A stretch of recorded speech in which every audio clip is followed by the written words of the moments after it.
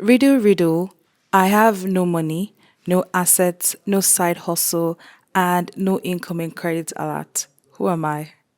I am a broke person. Welcome back to Mood Check, a space where we get real about what's happening in our heads and in this episode, in our pockets. In the first part of this episode, we talked about the pressure of spending versus earning. Today, we are asking a more direct question: who really is a broke person? Because lately, the word broke gets thrown around a whole lot, and we forget that being broke is not just about money. Sometimes it's about our emotions, it's about shame, it's about the expectations we place on ourselves and, of course, on others too. Let's get real here. Some people are really figuring out money saving wisely. Take Motara for example. Let me read out what she said.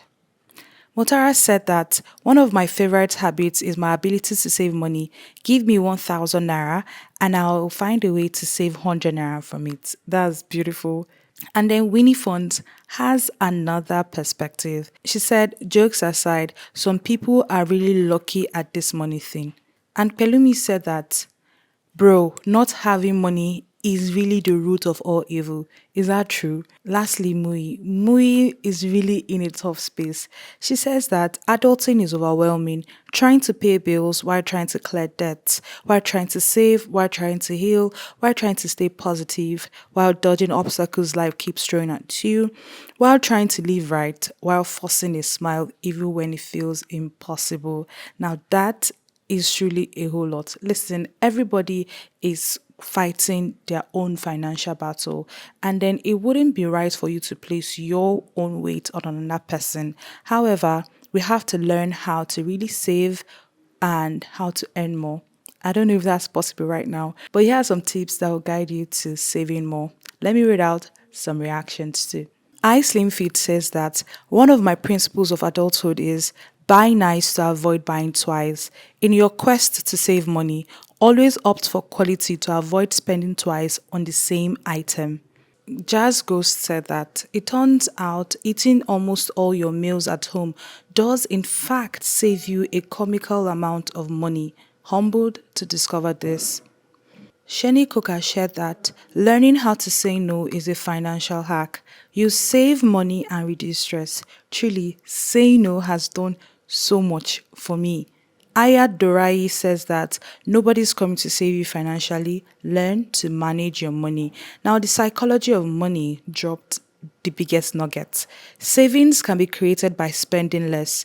You can spend less if you desire less, and you will desire less if you care less about what others think of you. Money relies more on psychology than finance. Kia says that saving is a habit that you need to train yourself to be good at. Do this every week without fail so this habit becomes a lifestyle. Don't worry about the amount you are saving. First, get comfortable with putting money away. Yep.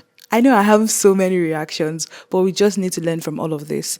So, Dantes says that how to save money 101. Have multiple bank accounts. Write down all your monthly expenses. Calculate your average monthly income and cut down on the wants and focus on your needs. Stop hanging around people who are okay with being broke.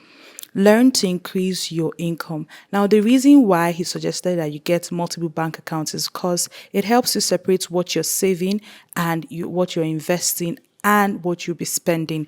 It makes it 10 times easier to really plan out how you spend your money and how you should utilize it. I feel like dropping on another nugget. So the last one from Money Wisdom is do not save what is left after spending, but spend what is left after saving. Let me read that again.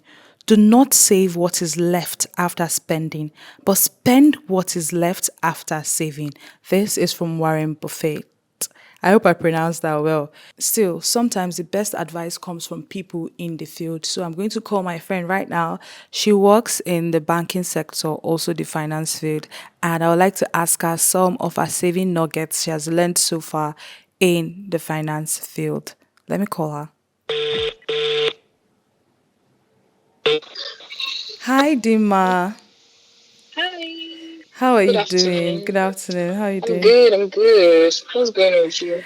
Fine, no, everything is fine. You're currently on mood check right now. Ooh, Yeah. okay. I can still cool. Yeah, you're safe. You're safe. I just want to ask you Okay. some of your saving hacks or saving tips you've learned so far in your field.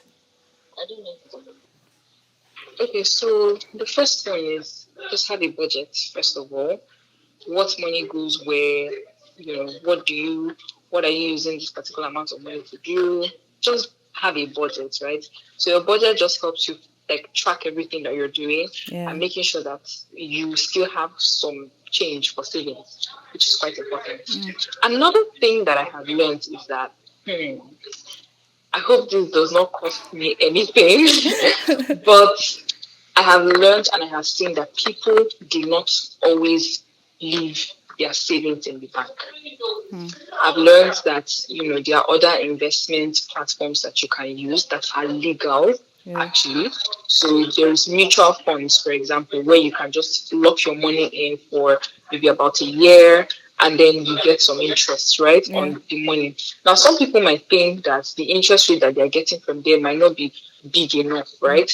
But then again, you're not supposed to put all your savings inside there, right? Yeah. You're just supposed to like bring out some amount of money and just lock it there, Yeah. right? So that one is just like at the end of maybe 1 year, depending on how long you lock the money for, you get your money and some extra change on top of it, right? Depending on the percentage. Yeah. Then I also realized that people save their money in stocks, in bonds. I mean, there are so many innovative ways that I have seen that people just keep that money there and somehow that money continues to appreciate and it just saves them, right? So it just looks like they never ever have to worry about where some money. So one thing I have understood is don't just if you're saving, don't just save your money in just one place, right? Just save your money in divide your savings and just save it in a couple of places. And then by the time the money begins to appreciate in all those places, you're going to get your full returns with some extra change. I remember someone asked me a question and they said, if your account balance could talk right now, what do you think it would be saying to you? I said, I can't. My balance will say, you are trying, but we're not yet where we want to be. Do you Yeah. get? So I think there's still a lot of work to do.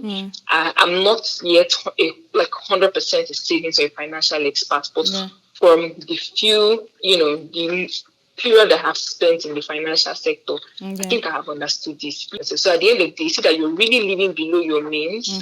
And at the end, when there is an emergency or, just when you have gotten the results and the fruits of your dividend of all your investments, you cannot live large. Yeah. But still don't live large, you still keep saving your money. Yeah. So that's it. Thank you so Thank much you. for being on mood check. Yeah, it was a pleasure. Thank you. Yeah. Bye Even if it's bye. my little ride, I was special. Alright, bye. Bye bye. Take care. So let's do something. I want us to start talking about money and saving with an open mind. Let's put aside the shame, the stigma, because really this affects all of us. And again, it affects our mental health. If we do not come out and talk about it, how then or how else can we learn? Kindly drop your tips, your hacks, and all of your opinions in the comments below. Thank you so much for watching. This has been Mood Check and I am Chidima. So take care of your coins, but most importantly, take care of you. See you next Tuesday. Bye bye.